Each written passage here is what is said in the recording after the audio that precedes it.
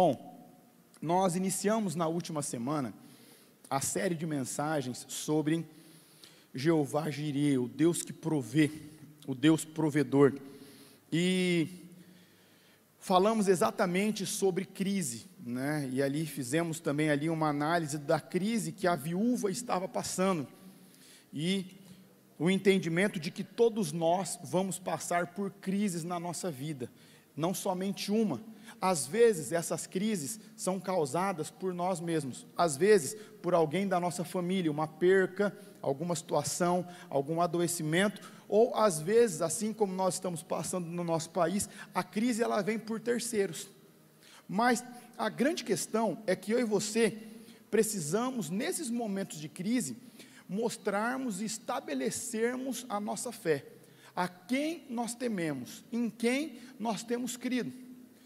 E aprendemos que a obediência nos leva para o centro da vontade de Deus, e o lugar de segurança, da economia, da responsabilidade, do propósito, o melhor e maior lugar para nós estarmos, sem sombra de dúvidas, é o centro da vontade de Deus. Fizemos 3 paralelos, que Deus, Ele mandou Abraão sair da sua terra, Ele mandou Isaac ficar, e mandou Jacó voltar. Um mesmo Deus, com homens e mulheres, Ele dá uma direção diferente, mas para cada um, para que o propósito seja cumprido. E o que tem de igual em tudo isso? Que todos aqueles que o obedecem, que não seguem rumores, que não seguem manchetes, mas que seguem a voz de Deus, tem a recompensa da provisão do nosso Deus. Vocês estão vendo um videozinho, estou vendo todo mundo olhando aqui atrás, eu falei, caramba, o que o pessoal está olhando aqui atrás? Né? É vídeo para mostrar ou não? Vai ficar estático, só senão eu chamo já, não? Aí, vamos lá. Gente, então hoje nós vamos trabalhar a segunda série da mensagem, Jeová Jireh, Gênesis 26. Abra sua Bíblia, por favor. Hoje nós vamos ler aí os 20 versículos a seguir, a partir do verso 1. A palavra de Deus diz assim: e havia fome na terra, além da primeira fome, que foi nos dias de Abraão. Por isso Isaque foi a Abimeleque, rei dos filisteus, em Gerar. E apareceu-lhe o Senhor e disse: não desças ao Egito, habita na terra que eu te disser, peregrina nela, e serei contigo, te abençoarei, porque a ti e à tua descendência darei todas estas terras, e confirmarei o juramento que fiz ao seu pai Abraão. E multiplicarei a sua descendência como as estrelas do céu. Eu darei à tua descendência todas estas terras, e por meio delas serão benditas todas as nações da terra. Porquanto Abraão obedeceu a minha voz, ele guardou o meu mandato, os meus preceitos, os meus estatutos e as minhas leis, assim habitou Isaque em Gerar. Perguntando-lhe aos homens daquele lugar acerca de sua mulher, ele disse: ela é minha irmã, porque ele temia, porque a mulher dele era muito bonita, que os homens o matassem para poder ficar com ela. E aconteceu que, como ele esteve ali muito tempo, Abimeleque, rei dos filisteus, olhou por uma janela e viu que Isaque estava brincando com Rebeca. Então Abimeleque chamou Isaque e disse: essa é a sua mulher, essa é a verdade. Por que você disse que ela era sua irmã? E então Isaque justificou: porque eu tinha medo de morrer por causa dela. E disse Abimeleque: o que é isso que nos fizestes? Facilmente se teria deitado alguém deste povo com a tua mulher, e tu teria trazido sobre nós tal desgraça. E mandou Abimeleque a todo o povo, dizendo: qualquer um que tocar neste homem ou em sua mulher, certamente morrerá. E semeou Isaque naquela terra, naquela mesma terra, e colheu naquele mesmo ano 100 medidas por um, porque o Senhor o abençoava. E agradeceu-se o homem, e enriquecendo-se, e tornou muito poderoso. Tinha possessão de ovelhas, de vacas, e muita gente trabalhando para ele, de maneira que os filisteus o invejavam. Todos os poços que os servos do seu pai tinham cavado, nos dias de sua vida, os filisteus entulharam e encheram de terra. E disse também Abimeleque a Isaque: aparta-te de nós, porque você é muito mais poderoso do que nós. Então Isaque saiu dali e fez seu acampamento no vale de Gerar, e habitou lá. E tornou Isaque a cavar os poços que o seu pai tinha cavado nos seus dias de vida, que os filisteus tinham entulharam, e chamou pelos nomes. Cavaram, pois, seus servos naquele vale um poço, e acharam águas vivas. Mas os pastores de Gerar porfiaram contra os pastores de Isaque, dizendo: esta água é nossa. Por isso chamou o nome daquele poço Eseque, porque contenderam contra ele. Então cavaram o segundo poço e também porfiaram sobre ele. Sobre isso chamou Sitna. E partiu dali e cavou o terceiro poço, e ali não porfiaram contra ele. Por isso chamou o nome de Reobote e disse: o Senhor alargou as nossas tendas e cresceremos nessa terra. Depois subiu dali para Berseba. E apareceu-lhe o Senhor naquela mesma noite e disse: eu sou o Deus de Abraão, teu pai. Não temas, porque eu sou contigo. Eu vou te abençoar e multiplicarei a tua descendência por amor ao meu servo Abraão. Então edificou ali um altar, invocou o nome do Senhor e armou ali a sua tenda, e os servos de Isaque cavaram o poço. Eu gosto de olhar para esse texto porque retrata algo que é recorrente na vida do ser humano. Observe que o texto ele começa assim: naquela terra havia fome, e não era a primeira vez. Olha que interessante, está falando que já estava numa segunda crise, que não era a primeira. E todas as vezes que nós falamos de crise nas escrituras, não são como as crises de hoje, que às vezes sobe um pouco o combustível, sobe os produtos na prateleira do supermercado, sobe a taxa Selic, na verdade, que o dólar fica muito caro. A crise de antigamente era uma crise verdadeira. Era uma crise que a terra não produzia, era uma crise que não tinha o que comer, era uma crise que as pessoas precisavam se locomover por longas distâncias para chegarem em algum lugar em que a terra estava produzindo, para que eles pudessem sobreviver. E nós sabemos que naquela época a moeda corrente não era como hoje. Então, geralmente as pessoas trocavam os seus produtos, ou às vezes trabalhavam para conseguir aquilo. Então, quando existia crise e as pessoas se locomoviam, quando eles não tinham nada para trocar, às vezes eles trabalhavam dias, meses, às vezes até anos, para que eles pudessem ter na contrapartida um alimento, para que eles não perecessem, para que eles não morressem de fome. Então, quando o texto diz aqui que havia crise na terra, porque ela não produzia, e não era a primeira vez, não existia comida naquela região. E o que estava acontecendo? Aquela região toda, ela estava se locomovendo para o Egito, que era a maior potência da época, que ele já tinha um sistema de irrigação, onde não se dependia de chuva, né? Então, eles se moviam para esses lugares, para que eles pudessem comer. E é interessante, porque o texto não fala que Isaque estava indo, mas fala que nessa circunstância o Senhor aparece para ele e fala: não vá para o Egito, fique nessa terra, peregrine nela, porque aqui eu vou te abençoar, aqui eu estarei contigo, e aqui eu abençoarei a tua descendência. E aí ele faz um paralelo, ele lembra, ele fala assim: porque como eu fiz com o seu pai, Abraão, porque ele me obedeceu, ele guardou a minha lei, ele guardou o meu estatuto, ele guardou os meus mandamentos, e assim como eu fui com ele, eu vou fazer com você. E olha que interessante, o texto vai falar que Isaque fica, que Isaque não desce. E nós sabemos que em tempos de crise, até os inimigos se respeitam para que exista um tempo de sobrevivência. Então, ele se aproxima em Gerar, naquela região, de Abimeleque, que era o príncipe dos filisteus, e eles eram inimigos. E é interessante porque Abimeleque olha para ele, e o texto não fala que eles nem se saúdam, mas ele já faz uma pergunta, perguntando quem era a mulher que estava do lado dele. A história conta que a esposa de Isaque era muito linda, era muito bela e formosa, vistosa aos olhos de todos. E olha que interessante, não tem a ver com a mensagem, mas o princípio nós podemos aplicar para aqueles que são casados. Todas as vezes que você fizer algo no seu casamento para se preservar, ou para seu benefício próprio, vai ter a desaprovação de Deus.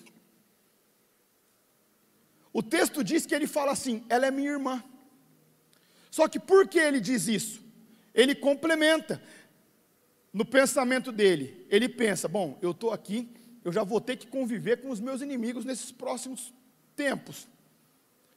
Vai que eles se apaixonam pela minha esposa e querem se deitar com ela e me matem. Isso é o que ele pensa. E ele mente. Só que o texto diz que eles ficam por um bom tempo lá. Isso significa que a crise foi longa, não foi uma crise curta. E olha que interessante, o texto diz que certo dia, Abimeleque sai, trazendo para a nossa realidade, na varanda do seu apartamento, e ele vai dar uma olhadinha ali, na galera que está morando perto, e o texto diz que ele vê Isaac brincando com Rebeca, e esse brincar aqui, não é brincadeira de criança, obviamente, não fala que eles estavam se relacionando, mas brincadeiras de marido e mulher. E o texto diz que ele manda chamar Isaac, e ele confronta Isaac, ele diz assim, cara, você mentiu, ela na verdade é sua esposa, ela não é a sua irmã. E olha que interessante, muitas vezes os nossos inimigos temem mais ao nosso Deus e acreditam mais no nosso Deus do que nós mesmos. Ele diz assim, por que você fez isso? Já pensou se algum homem se deita com ela? Olha a desgraça que você ia trazer para o nosso povo. E aí ele já se posiciona. E ele fala assim, para aqueles que estavam perto, ninguém toque nessa mulher, muito menos nesse homem. Só que ele faz mais. Ele fala, avisem o povo, ou seja, avisem até os que não estão presentes, que ela é esposa dele. E isso é lindo, e tem tudo a ver com a mensagem de hoje, por quê? Porque nos coloca na mesma prateleira que Isaac. Isaac também era pecador, que nem eu e você. Quantos pecadores nós temos aqui hoje? Ele mentia. Olha que forte. Ele era obediente a Deus, mas ele também pecava, ele mentia, tinha problema com a mentira. Eu não acredito que a maldição, ela tem um poder maior do que o poder de Deus e que a graça de Jesus. Mas uma coisa é certa, Abraão mente, Isaac mente também. Isso vale outro princípio, para que eu e você aprendamos a ensinar os nossos filhos pelo exemplo. Se você tem facilidade com a mentira, o seu filho vai ter também. Se você é dado ao álcool, o seu filho vai ser também. Se você trai a sua esposa, mesmo que virtualmente, o seu filho vai aprender com você. As suas palavras podem até instruir, mas o seu exemplo vai arrastar o seu filho. Obviamente, isso também vale para as mulheres. Mas, dando essa introdução, eu e você conseguimos entender que nós estamos na mesma prateleira de Isaac, nós pecamos. Mas que tem alguns princípios que Deus ele nos ensina, que eu e você precisamos praticar. Porque depois que Isaac é exposto, e é interessante porque quando ele chega, ele mente perante a guarda de Abimeleque. Só que quando ele é confrontado também sobre a guarda de Abimeleque. Só que Abimeleque manda contar até para os que não estavam presentes que Isaac era mentiroso. Então, o que Deus está mostrando aqui? Que ele vai tratar com o pecado antes de te abençoar. Ele vai tratar com o pecado antes dele prover na sua vida como Jeová Jireh. Por quê? Porque ele não tolera isso. Nós somos pecadores, mas depois que nós começamos a andar com Deus, nós não precisamos continuar praticando esse pecado. E o texto seguinte, o verso seguinte, diz que naquele período, Isaac, ele começou a plantar. Observa que, olha que incoerência, a terra não produzia, existia fome e crise naquela região. Da mesma maneira que os filisteus estavam plantando, Isaac começa a plantar. Só que aqui nós começamos a ver a diferença daqueles que obedecem e servem a Deus e dos que não. O texto diz que naquele mesmo ano, tudo que ele plantou, ele colheu 100 por 1. E não foi assim com os filisteus. E como nós sabemos disso? Porque no verso 14, relata que os filisteus começaram a ter inveja dele. O texto diz que ele começou a prosperar nos rebanhos, o texto diz de ovelhas, de gados, de vacas, né? E diz de plantações, de tal forma que os inimigos começam a ter inveja dele. E aqui tem um outro princípio para mim e para você, em tempos de crise e de provisão. É fácil alguém chorar com você. É fácil alguém sentir pena de você. Se você estiver passando alguma dificuldade, se você estiver passando algum período difícil, se você estiver enlutado, pode até ser falso, mas sempre vai ter alguém para bater nas suas costas. Sempre vai ter alguém para falar, vai passar, vai dar certo. Mas você quer ver se a pessoa que está do seu lado, ela realmente quer o seu bem? É quando você começa a crescer e prosperar do lado dela, e ela continua do seu lado celebrando as suas conquistas.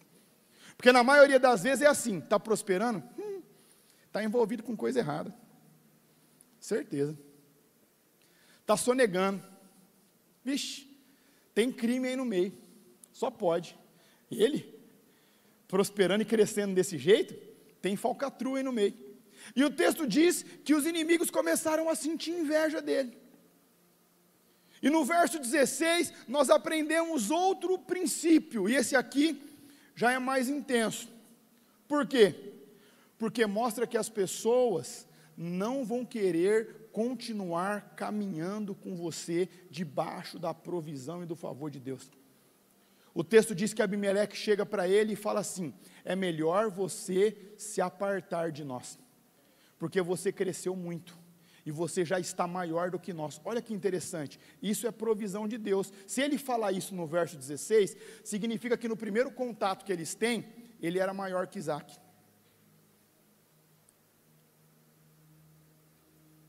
E eles separam, e aí entra o seu coração, porque quando Deus começa a prover na sua vida, Ele quer saber se Ele vai continuar sendo o seu Senhor, ou se o seu Senhor vai ser aquelas coisas que Ele está te dando. Porque se Ele já estava plantando e colhendo a 100 por 1, o que isso significa? Que Ele já tinha plantação. Se o texto diz que Ele tinha rebanho, o rebanho você pode levar, a plantação não dá. A plantação fica no lugar. E o texto fala que ele não vai entrar no embate, o texto fala que ele pega os seus e ele vai para aquela mesma terra, mas para distante de onde eles estavam, e ele monta um acampamento. Olha só, aí já não era mais nem casa, ele monta um acampamento, ele monta as tendas ali, e ele começa a habitar naquela região. Isso mostra desprendimento. Tem pessoas que chegam na igreja quebrada, chegam sem nada, e aí ora, chora, jejua, pede, aí Deus abençoa um pouquinho, empina o nariz e sai. Agora eu não preciso mais de ninguém, agora eu já tenho o que eu precisava. Mas olha que interessante, o texto diz que Isaac, ele não entra em contenda, porque aqui ele já tinha começado a entender tudo. Ele, peraí, Deus falou para eu ficar, eu estou obedecendo, a mão de Deus vai me abençoar. Não é o que eu tenho, eu não tinha nada, hoje eu tenho, então eu vou continuar tendo se eu continuar andando com Deus. E ele continua. E aí, ele tem uma ideia. E veja, Deus, Ele pode fazer qualquer coisa. Ele pode te dar uma nova ideia, Ele pode te dar uma ideia inovadora, Ele pode te dar um projeto novo, algo que nunca ninguém pensou. Ele pode, mas, ou simplesmente, Ele pode te abençoar no básico. Você planta, eu planto. Você colhe 1 por 1, eu colho 100 por 1. Por quê? Porque Deus abençoa. Agora, olha que interessante a ideia dele. Foge da lógica humana. O meu pai, quando ele era vivo, ele perfurou poços por aqui. Eu já sei. Eu vou desenterrar, eu vou desentulhar os poços que os filisteus destruíram do meu pai. Olha que ideia. Qualquer pessoa sabe que se você perde um poço, porque ele assoreou, porque ele desbarrancou, porque ele secou, acabou. O que as pessoas fazem? Vão abrir outro perto, mas aquele lá já foi. Não, se você estiver debaixo do favor de Deus. Ele fala, vamos desenterrar, vamos desassorear, vamos desentulhar os poços que meu pai fez. E ele começa, no primeiro.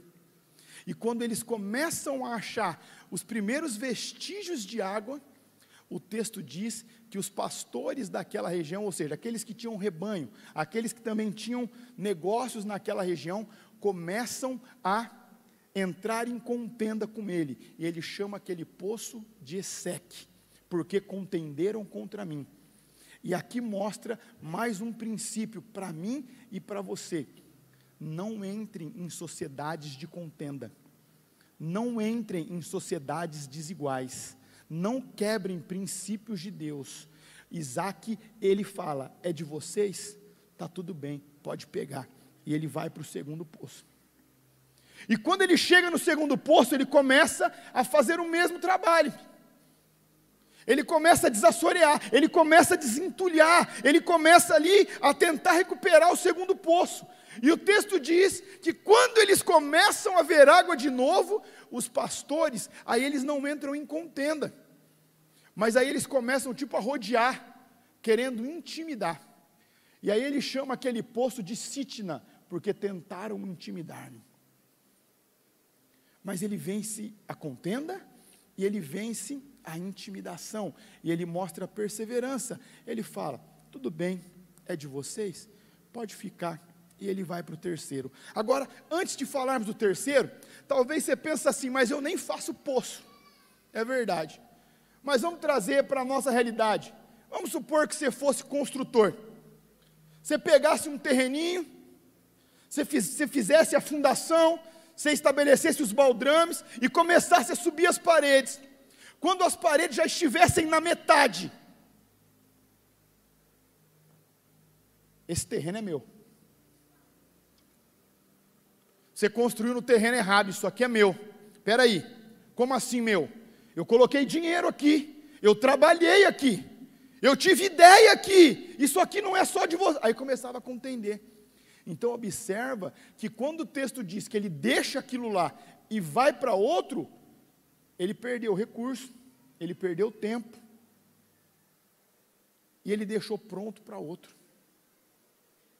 2 vezes, na verdade 3, porque na primeira vez ele deixou as plantações, ele só veio com os rebanhos. Mas aí ele começa a fazer no terceiro. Só que aí naquele terceiro acontece algo diferente. Eles não encontram uma água comum, o texto diz. Trazendo para a nossa linguagem, é como se ele achasse o melhor aquífero daquela região. E aquela água começa a jorrar, e aí ele dá uma olhada para o lado, e ele fala, ninguém aqui contendendo comigo, ninguém aqui tentando me intimidar, então vai chamar Reobote, porque aqui o Senhor alargou as minhas tendas, aqui o Senhor me fez crescer. Agora, olha que interessante, o texto diz que Isaac, ele sai, e nesse dia, olha que notícia, imagina que você está naquele dia, que sua conta já está cheia, já não está mais passando fome, já não está mais cliente do Serasa, já está melhor, seu score já está alto, olha que interessante, naquele dia, e tudo caminhando bem, os rebanhos multiplicando, os investimentos dando certo, os negócios dando certo, e aí naquele dia, você descobre algo magnífico, que você sabe, nossa, isso aqui vai me dar mais recurso, e mais provisão, do que tudo que eu tenho. Olha que loucura. Nesse mesmo dia, o texto diz, no verso 24, a segunda vez, o texto diz que naquela mesma noite, o Senhor aparece para ele. E o Senhor diz assim, eu serei contigo, eu vou abençoar a tua descendência, eu vou multiplicar a tua posteridade,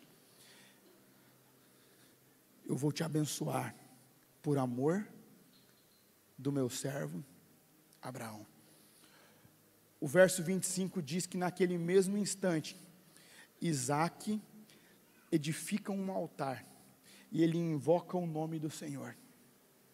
Isso é forte porque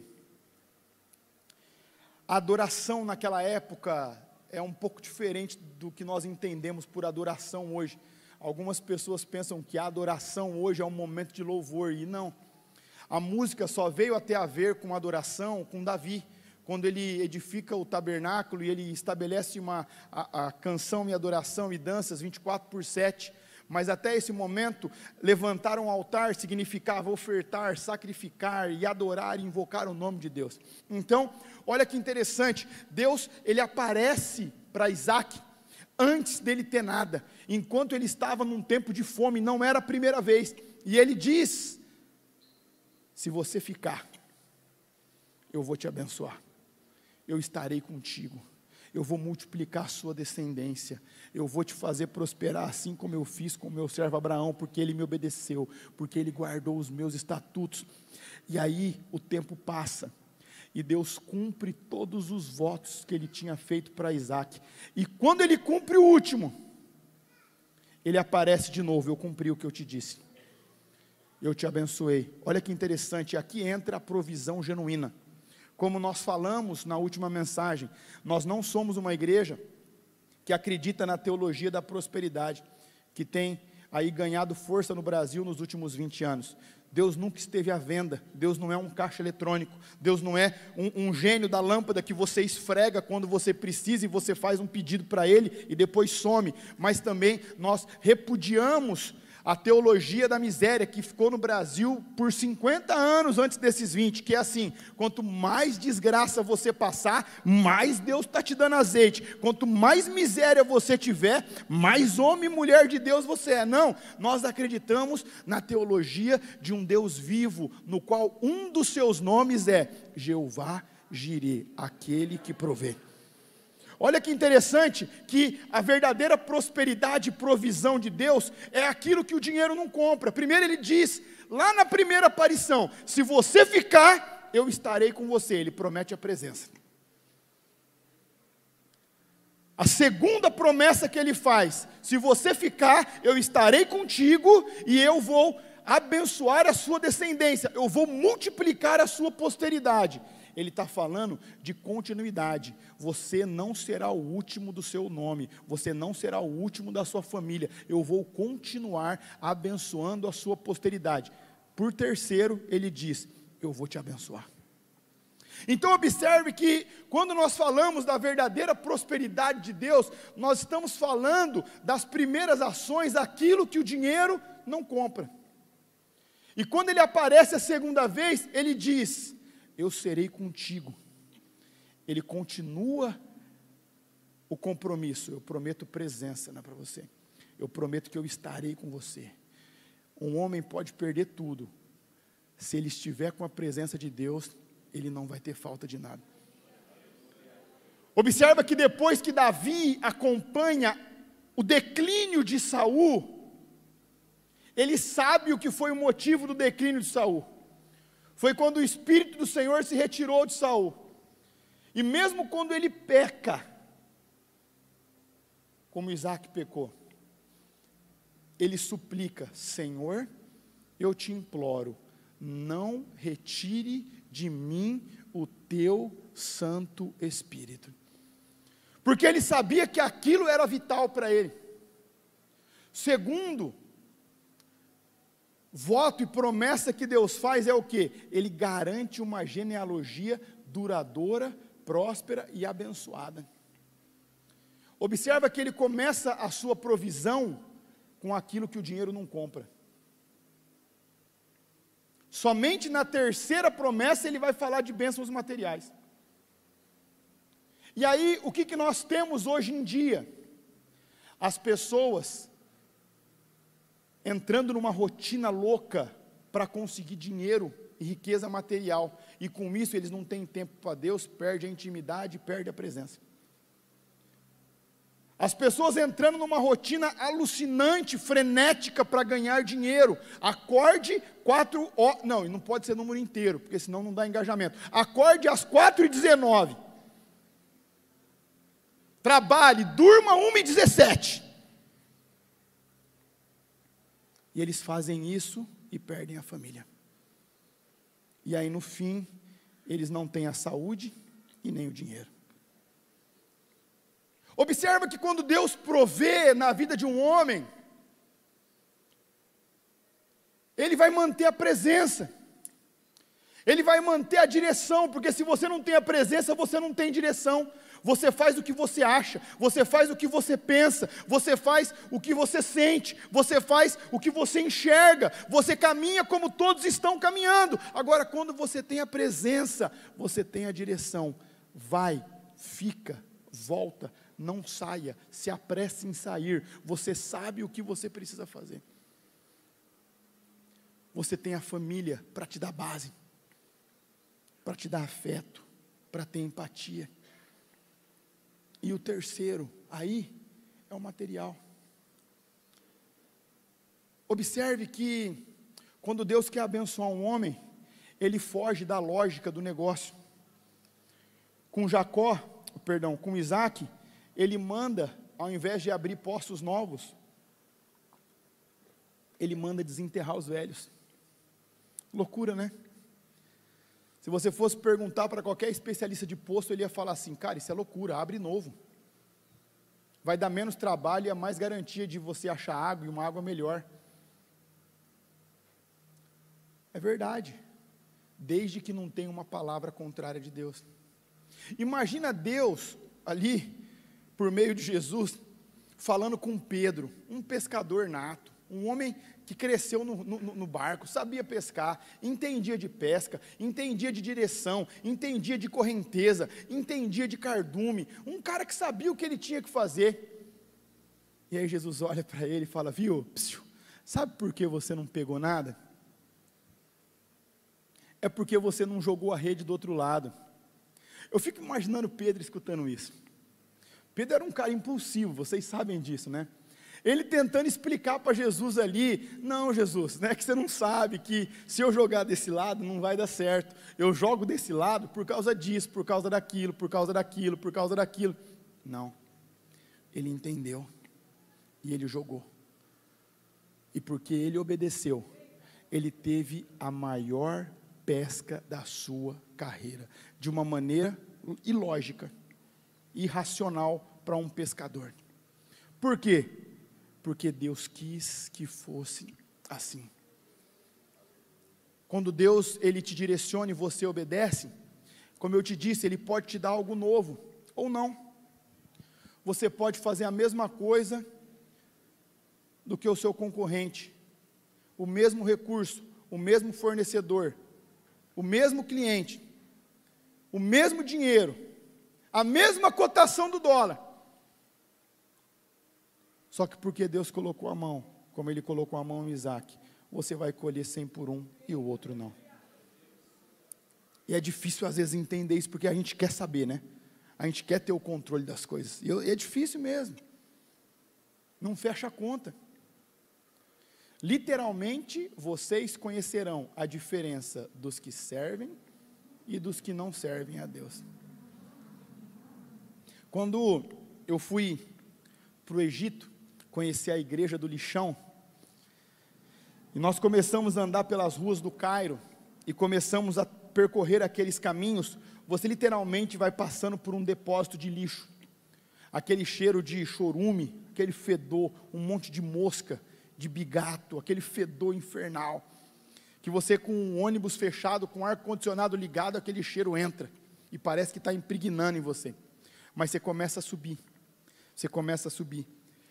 de repente você chega numa estação, que parece que você mudou de lugar, mas é o mesmo caminho, parece que, o que aconteceu? Daqui para cá parece que muda tanto, olha, o cheiro muda, o que é isso? E você continua subindo e subindo, e aí você chega em um lugar que parece que você está em outro país. Por quê? Porque Deus resolveu colocar a boa mão dele sobre aquele lugar. Quando eu fui para Guatemala, você desce no aeroporto, você pega ali um translado, e você vai passando por ruas feias, cidade suja, tão estranha, e você começa a andar, de repente, parece que tudo muda, parece que você mudou de lugar, parece que você está em um país acima do primeiro mundo, e se isso existe para os seres humanos, eu não conheço, mas quando você vai lá, parece que você está, por quê? É porque Deus quis colocar a boa mão dele e abençoar aquele lugar. Observa que transcende a economia. transcende o ambiente, transcende os perímetros de espaço, literalmente uma divisão, como se Deus fizesse, aqui eu abençoo porque eu tenho um compromisso com o Claudinei, aqui eu abençoo porque eu fiz um voto, e ele fez um voto comigo, então eu vou abençoar a vida dele. Deus coloca a mão. Quando eu fui na África, conhecer o trabalho do reverendo John Roberts, eu fui com uma mente assim, é África, né? Eu preciso ajudar. A África falta tudo, não é verdade? É tão difícil, é tão triste aquela realidade. E quando eu cheguei lá, eu cheguei num lugar e eu comecei a conhecer lugares que eu falei, cara, não é possível que eu estou na África. E perguntando para o John Robert, cara, o que é isso? Como que é isso aqui? Eu achei que eu ia vir ajudar a África. Ele fala assim, eu quero ajudar você. Ele falou, mas não pense que é por minha causa, não. E aí eu lembrei de Isaac. Eu sou um pecador, que resolvi abandonar os meus pecados e ter fé no meu Deus. Que o meu Deus está acima dessa cultura, que o meu Deus está acima dessa realidade, que o meu Deus está acima desse governo, que o meu Deus está acima dessa economia. E aí Deus resolveu colocar a mão na minha cabeça, e obviamente Ele brincou, porque era muita coisa, e Ele brincou, e talvez Ele esqueceu de tirar, sabe, como eu disse, nós não acreditamos na teologia da miséria, nem na teologia da prosperidade, mas eu acredito muito, quando o apóstolo Paulo fala à igreja de Filipos, e a base da nossa série, capítulo 4, verso 19, o meu Deus, Ele suprirá todas as vossas necessidades, segundo as suas riquezas, por intermédio de Cristo Jesus. O meu Deus, o nosso Deus, suprirá todas as vossas necessidades, segundo as suas riquezas, por intermédio de Cristo Jesus. Agora, nós aprendemos que quando Deus prospera e provê na vida de alguém, primeira coisa que Ele vai garantir é a presença dEle. Segunda coisa, posteridade. E aí, para nós que às vezes falamos assim, meu Deus, o que será do meu filho? O que será da minha filha quando eu for? O que será dos meus netos? O que será dos meus bisnetos? Olha o caminho que o mundo está tomando. Quando Deus fala com Isaac, Ele faz uma aliança com Isaac também, mas Ele relembra que Ele tinha feito com Abraão. Abraão já tinha morrido aqui. Lembra da última mensagem? Quando a viúva chega no profeta, meu senhor, você sabe que o meu marido, teu servo, temia ao Senhor. Observa que isso está falando de legado espiritual. Isso está falando de herança espiritual. Imagina que daqui a algumas décadas, o seu neto, imagina, tendo uma experiência com Deus, e ele falando assim como eu fui com o seu avô, o Lúcio, eu vou ser com você também, porque ele guardou os meus estatutos, ele guardou os meus mandamentos, ele guardou as minhas leis, e por amor a ele, eu vou te abençoar. Olha que interessante. Pastor, o que eu faço para saber se os meus filhos vão continuar andando com Deus? O que eu faço para saber se os meus filhos vão continuar trilhando nos caminhos de Jesus? Faça uma aliança, um voto com Deus, você. O dólar pode subir, o dólar pode cair, pode mudar a moeda, pode trocar, pode mudar o presidente, pode trocar o governo, pode ter fome na terra, pode ter prosperidade na terra. O meu Deus suprirá todas as vossas necessidades, segundo as suas riquezas, por intermédio de Cristo Jesus. Agora Isaac nos ensina algo. Ele continuou o mesmo, pobre e rico. Talvez isso ensina muita coisa para nós. Quando não tínhamos nada, era Deus aqui, Deus ali, eu tenho tempo, eu vou, eu não vou. Agora eu não posso, eu tenho muito. Agora eu escolho. Agora eu já não sacrifico tanto no altar, porque afinal, eu posso escolher o que eu quero fazer. Observe que esses homens, eles mantiveram os mesmos corações, alinhados, retos e íntegros perante o nosso Deus. E quem sabe hoje, o Senhor não coloca a mão na cabeça de alguns de nós. Imagina. Você trabalha 8 horas por dia, Ele também. Você ganha 2 salários mínimos, Ele também. Mas aqui o Senhor faz ele colher 100 por 1. Olha, Isaac chega menor que Abimeleque. Mas porque o Senhor o abençoou, ele fica maior. Abimeleque não suporta e fala: aparta de mim. Talvez essa noite o Senhor quer que você rompa algumas alianças que você fez. Talvez essa semana o Senhor quer que você se desvincule de sociedades erradas que você fez. Para você ser abençoado, você não precisa de network. Você precisa da boa mão de Deus sobre a sua cabeça. Você não precisa de uma moeda forte, você precisa da boa mão de Deus sobre a sua cabeça. Para os seus filhos estarem alinhados e prosperando e tendo a provisão de Deus, você precisa da boa mão de Deus sobre a sua cabeça. Observe que a aliança de Deus é essa. Agora a grande questão é: você está disposto a fazer esse voto com Deus? Enquanto a equipe de louvor se posiciona, eu quero que você pense sobre isso. Como está o seu relacionamento com Deus hoje? Olha que para que Deus chegar na provisão na vida de Isaac, primeiro ele passou fome. E não era a primeira vez que tinha fome na terra, já era a segunda.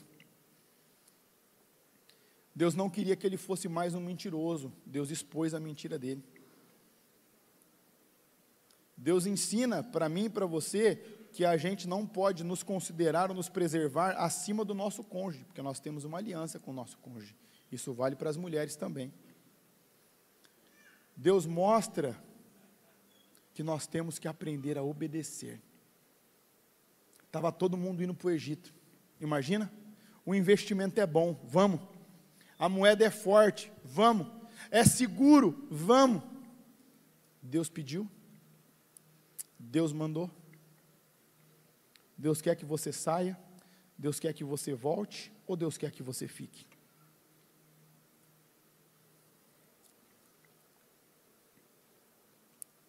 Não entre em contendas. Não caia em intimidação. Não se prenda a coisas. Entenda que se a boa mão de Deus estiver sobre a sua cabeça, você não vai precisar contar para ninguém. O texto não diz que Isaac contou. Eu prosperei, agora eu tenho plantações, agora eu estou colhendo muito, agora eu tenho vacas, agora eu tenho ovelhas, agora eu tenho posses, agora eu sou muito grande, agora eu sou poderoso. Não. O texto diz que os filisteus viram e o invejaram. Não dava para esconder. E depois Abimeleque o chamou e reconheceu: você está maior do que eu, mais poderoso e com mais posses do que eu, e eu sou o príncipe dos filisteus. Aparta-te de mim, não é bom que você esteja comigo. Ele sai. Ele sai.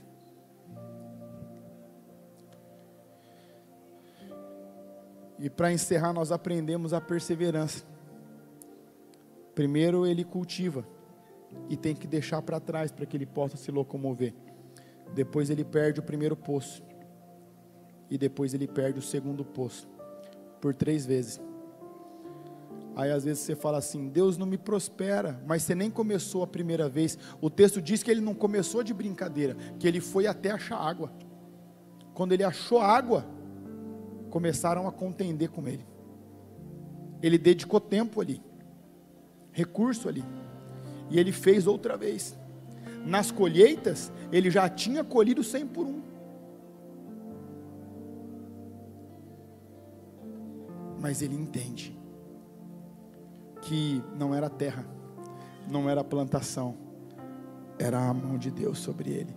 Ele entende que era um poço que tinha água, mas ele só precisava da mão. Ele entendeu: eu não preciso mais dar jeitinho, eu não preciso mais mentir para me preservar, eu não preciso mais ter medo, eu não preciso mais me intimidar, eu só preciso obedecer e trabalhar. Observe que ele trabalhava.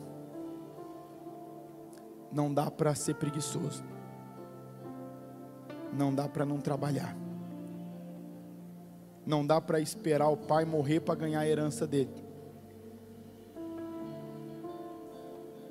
Mas quando nós cumprimos os princípios do reino, a boa mão de Deus vem sobre as nossas cabeças. É algo que nós não conseguimos explicar. Não é a nossa capacidade, não é o nosso poder, não é a nossa inteligência, não é o nosso network, não é a nossa capacidade de produzir. É a boa mão de Deus sobre nós. Você vai fazer a mesma coisa e vai colher 100 por 1. Você vai trabalhar ao mesmo tempo e vai colher 100 por 1. Você vai se dedicar ao mesmo tempo, mas vai colher 100 por 1. Por quê? Porque Deus o abençoava. Enquanto essa canção é ministrada,